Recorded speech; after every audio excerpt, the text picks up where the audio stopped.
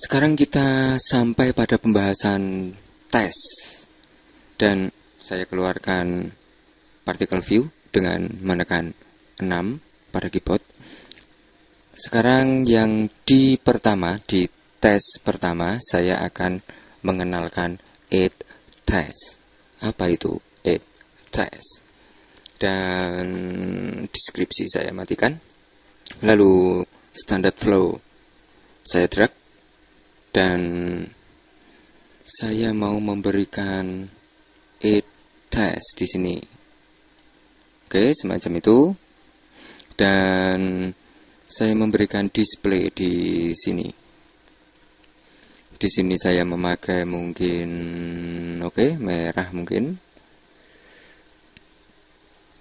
Lalu di sini mungkin kuning.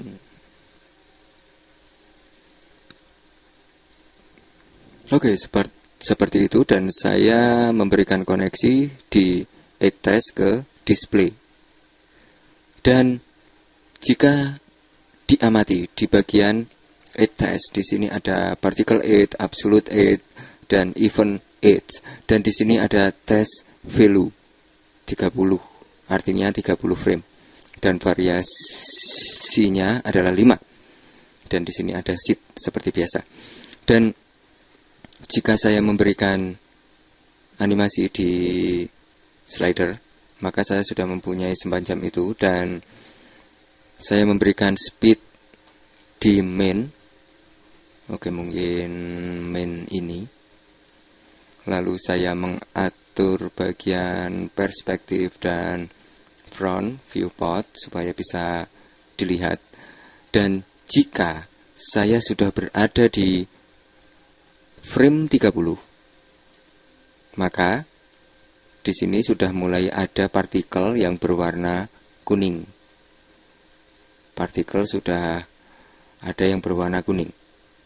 Oke, semacam itu. Dan jika saya mengganti di add test ke absolute add, maka saya sudah mempunyai animasi yang berbeda juga.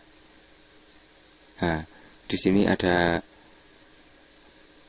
sedikit-sedikit kuning, lalu semuanya menjadi kuning. Oke, seperti itu.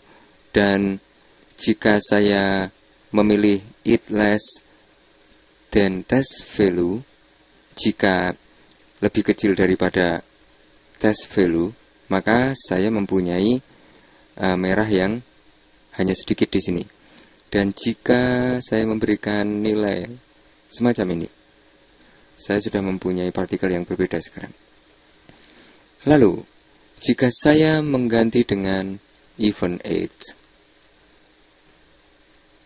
dan saya aktif di lebih kecil daripada 14, maka semua akan berwarna kuning. Dan jika saya ganti ke lebih besar daripada 14, di awal kita mempunyai merah, lalu digantikan dengan kuning. Mulai dari frame ke 14. Di situ secara variasi, jika variasi saya tambahkan, maka akan tambah juga di bagian kuningnya. Jika saya kasih 0, maka dia akan absolut dimulai dari frame 14. Oke, semacam itu. Dan terus menerus sampai frame selanjutnya. Dan jika saya aktifkan di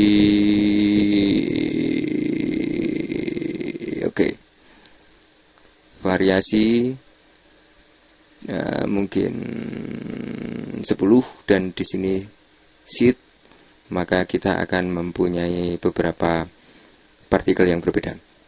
Dan di sini saya bisa menggunakan umpamanya jika saya render di bagian perspektif. Saya mempunyai tetra di sini. Dan saya bisa memberikan save juga di di sini saya memberikan save, dan di sini saya ganti dengan mungkin cube. Dan jika saya render, saya mempunyai tetra yang sedikit demi sedikit akan berganti ke box, ke cube. Oke. Saya mau mengecilkan ini size.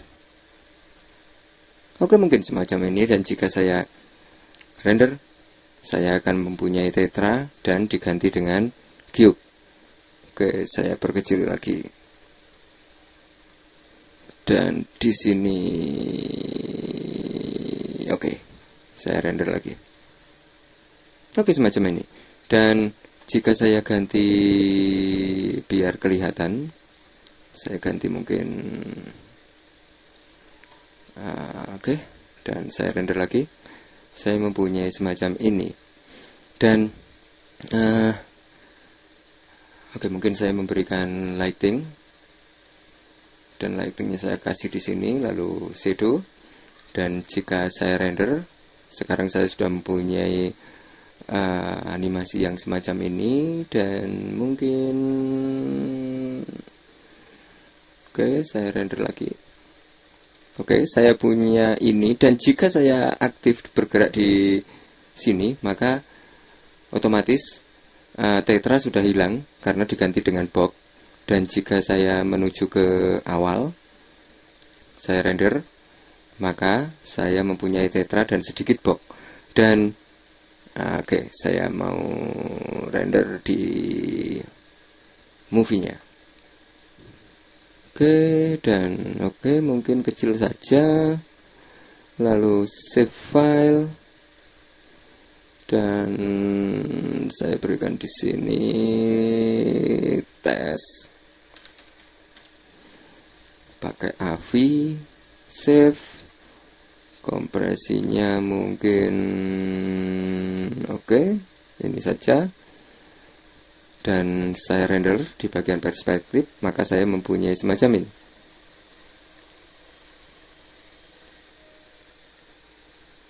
Oke, di sini tentang test, dan Anda bisa mencoba beberapa parameter yang ada di sini, hanya 1, 2, 3 sedikit, dan Anda bisa menggabungkan dengan beberapa operator di sini. Lalu silahkan dicoba dengan beberapa tes yang ada di sini, dan silahkan memahami lebih lanjut tentang particle flow. Dan saya sarankan untuk sering berlatih sehingga kita bisa mendapatkan pemahaman yang benar tentang masing-masing dari tes dan operator di particle flow ini.